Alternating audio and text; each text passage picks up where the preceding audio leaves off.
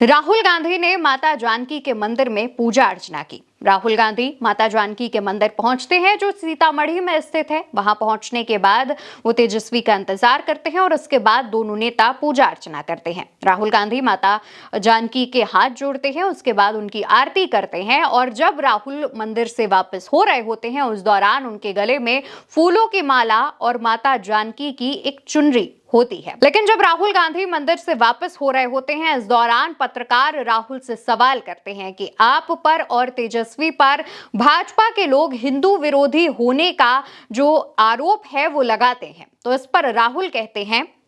धर्म पर राजनीति नहीं होनी चाहिए, सबकी अपनी अपनी आस्था है। दोस्तों, अगर हम इस मंदिर के इतिहास पर बात करें तो ये इस मंदिर का जो निर्माण है वो साल 1599 में हुआ था और इस मंदिर में इससे पहले महात्मा गांधी भी आ चुके हैं और महात्मा गांधी की भी एक तस्वीर इस मंदिर में लगी हुई है। मंदिर के पुजारी ने बाद में जब राहुल दर्शन करके चले गए तो उन्होंने बताया कि राहुल गांधी जब मंदिर पहुंचे तो उन्होंने इस मंदिर के इतिहास के बारे में भी जाना और तमाम चीजें जो है वो पूछी, मंदिर के बारे में जानकारियां ली, मंदिर में विधि विधान के साथ पूजा अर्चना की और आशीर्वाद लेने के बाद वहां से रवाना हो गए। इस दौरान मंदिर के जो पुजारी हैं वो ये भी बताते हैं कि इससे पहले महात्मा गांधी भी इस मंदिर में आ चुके हैं और उनकी जो तस्वीर लगी हुई है उसके दर्शन भी, मतलब उसको देखने का काम भी राहुल गांधी ने किया। इसके अलावा मंदिर के पुजारी ये भी खुलासा करते हैं कि राहुल गांधी ने खास तौर पर जो पूजा अर्चना की उसमें एक बात कही कि हमारे देश में सुख समृद्धि आए, देश की जो जनता है वो खुशहाल रहे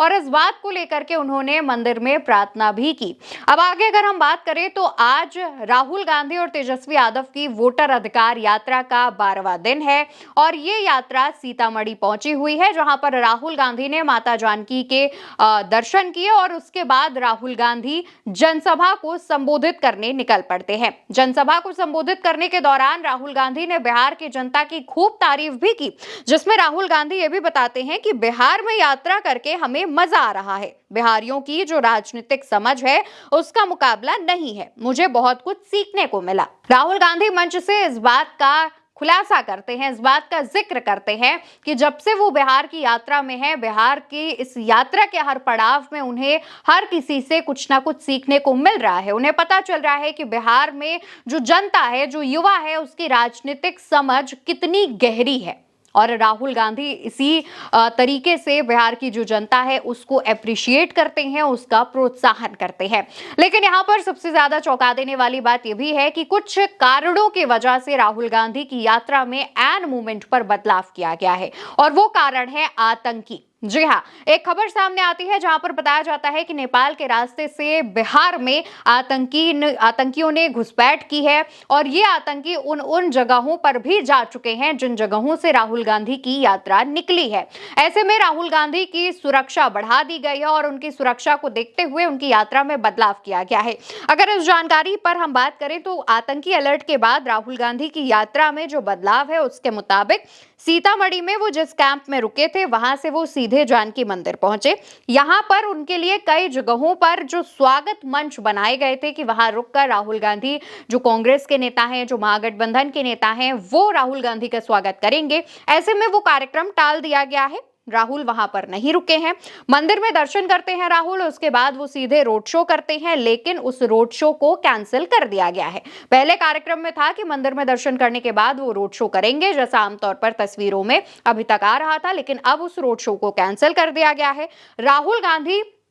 बीते कई दिनों से ये जो यात्रा चल रही है, तकरीबन 10-11 दिनों से ओपन जीप में सवार थे। राहुल और तेजस्वी यादव ओपन जीप में यात्रा कर रहे थे और इस दौरान भी राहुल गांधी ओपन जीप में जनता से मिलते थे। लेकिन अब आतंकी अलर्ट के बाद राहुल गांधी बंद गाड़ी में, यानी कि उस बंद जीप में बैठे हुए हैं और बहुत ज्यादा लोगों से इंटरैक्शन नहीं कर रहे हैं। ऐसा इसलिए क्योंकि राहुल गांधी की सुरक्षा को देखते हुए जो उनके साथ सिक्योरिटी गार्ड्स मौजूद हैं, जो उनकी जेड प्लस सिक्योरिटी है उसने ये फैसला लिया है और इसी वजह से उनके कार्यक्रम में बदलाव किया गया है। वहीं आपको यह भी बता दें कि राहुल गांधी जब ये यात्रा संबोधित कर रहे थे तो वो सीतामढ़ी के रीगा चौक पर जनसभा संबोधित करते हैं और साथ ही ये भी कहते हैं कि ये सिर्फ वोटर अधिकार यात्रा नहीं है, ये आपके अधिकार की यात्रा है, ये बिहार के जनता की यात्रा है और ये संविधान बचाने की यात्रा है। राहुल गांधी लगातार संविधान को लेकर भी बात कर रहे हैं, कह रहे हैं कि संविधान में हर भारतीय नागरिक को मतदान करने का अधिकार दिया गया है और ऐसे में सरकार अगर आपसे आपका अधिकार छीनने की कोशिश करेगी तो ऐसे में विपक्ष चुप नहीं बैठेगा। हम लगातार आवाज उठाएंगे और सरकार को ऐसा करने से रोकेंगे। वहीं राहुल गांधी की आतंकी अलर्ट के बाद तमाम यात्राओं में बदलाव किया गया है, लेकिन कहा यह भी जा रहा है कि 1 सितंबर को जब महागठबंधन के तमाम नेता जिसमें राहुल गांधी, प्रियंका गांधी, अखिलेश यादव, ममता बनर्जी और उद्धव ठाकरे जैसे बाकी जो तमाम महागठबंधन के नेता हैं, हेमंत सोरेन हो गए,